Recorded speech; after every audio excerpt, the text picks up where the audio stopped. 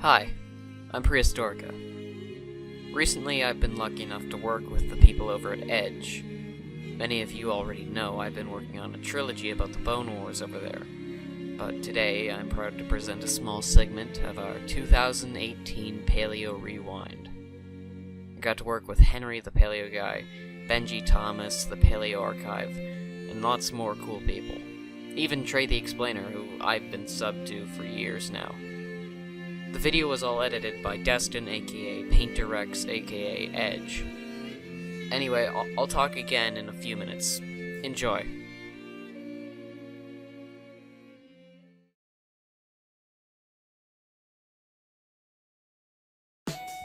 June. Cacavius Jason. We've previously touched on the amazing qualities of amber.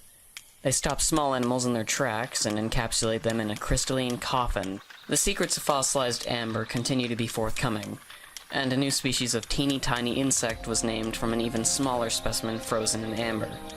Named after Jason from the Greek myth Jason and the Argonauts, Cacavius Jason is a member of the featherwing beetle group, which means the little insect had wings that looked like feathers, which help it ride the wind currents with ease.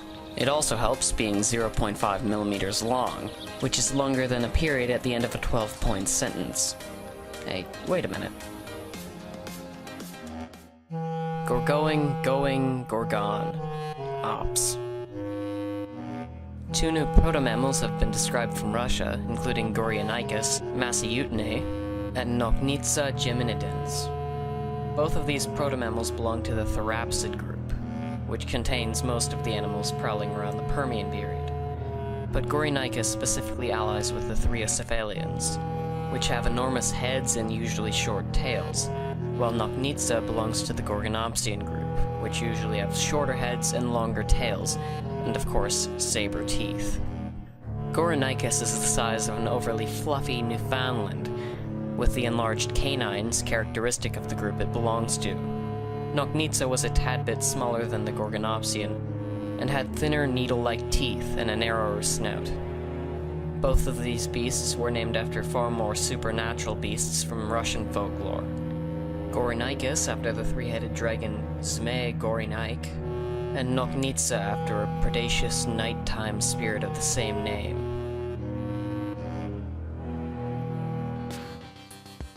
Ticks and tricks.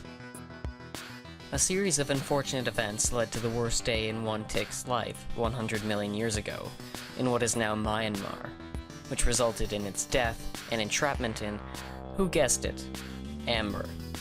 This amber discovery consists of an ancient red tick which had been wrapped in spider silk before falling into the sticky, icky tree resin, and since it was a little tied up at the moment of submersion, it was drowned in the auburn-hued substance and preserved for all time.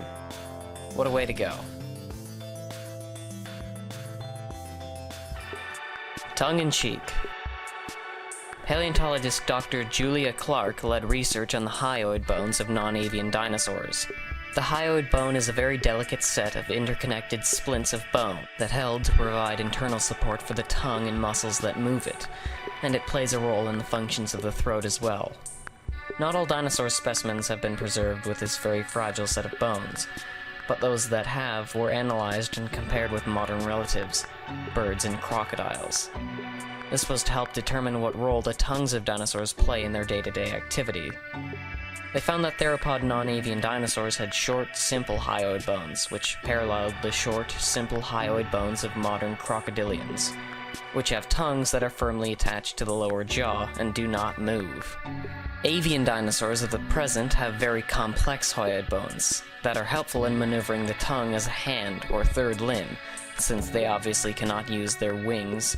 It was also discovered that more avian dinosaurs had more complex hyoids, like modern birds, while the bigger theropods that were incapable of flight had the simpler mechanisms.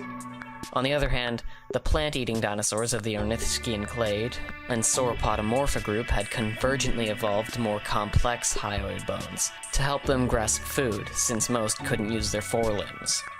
This could mean all the paleo-art you love showing ferocious carnivores lolling their tongues may not have been totally scientifically correct.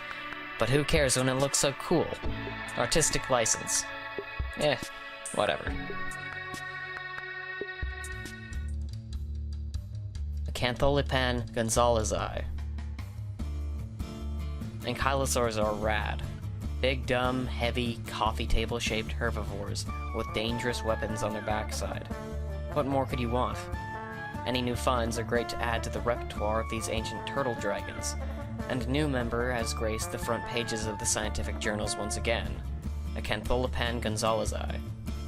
This armored dinosaur was discovered in Mexico, which is rare since most of Mexico is not the best for preserving fossil material. However, it's becoming clear that there was a long, verdant history of prehistoric life in Mexico, because more and more finds are trickling out of the new fossil sites they have.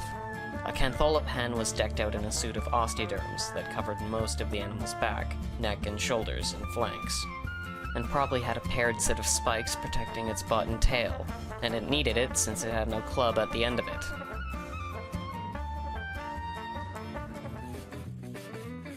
Electrorana limoe.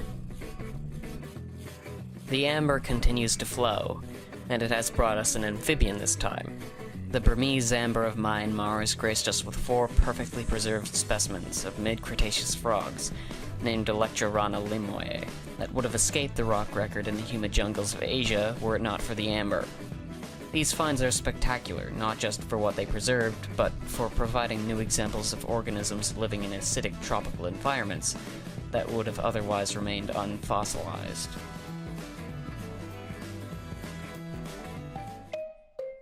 Ambulestes shoei. Contrary to popular belief, the mammals around the time of the dinosaurs were thriving. Though mostly incapable of moving up the ecological ladder, many were quite successful in the insectivore niche they inhabited.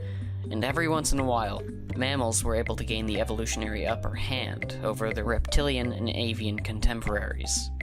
A new mammal from the late Cretaceous J-hole biota of China has been described as Ambulestes shoei, and represents a nearly complete skeleton preserving the hyoid bones and a bony ring which holds the eardrum, called the tympanicum. e.d.g.e imperialis.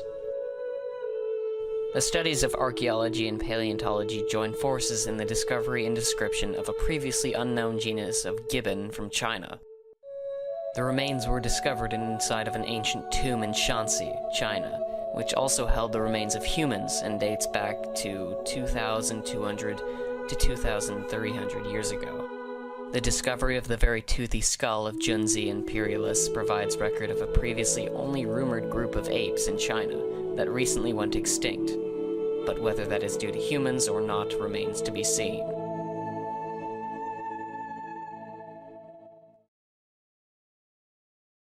So, that's my segment. I got the month of June, but there are 11 other months yet. So I'm gonna just litter the video with links to the full video. Keep in mind, it's a 2-parter. I don't think I could really express how happy I was to be a part of this. None of this would be possible without the work of Destin from e.d.g.e, who brought together 11 different creators from across the paleosphere, wrote a script containing most of the major discoveries this year, and edited it all together into an amazing finished project. Honestly, I don't know how he did it, but I'm grateful he gave us the opportunity to work with each other. This isn't to forget the other amazing people that I was able to work with. Ben and Ollie from Benji Thomas, Kikizilla, Spino Dude, Dino Man, Bioniclesaurus, Henry the Paleo Guy, Spensimus, and the Paleo Archive, who was kind enough to get us into contact with Trey the Explainer. Having all these fantastic creators come together is what made it PaleoREWIND 2018. Okay, well, check out the full video with one of the links. I promise you'll like it. I'll see you all in a bit. Thanks for watching.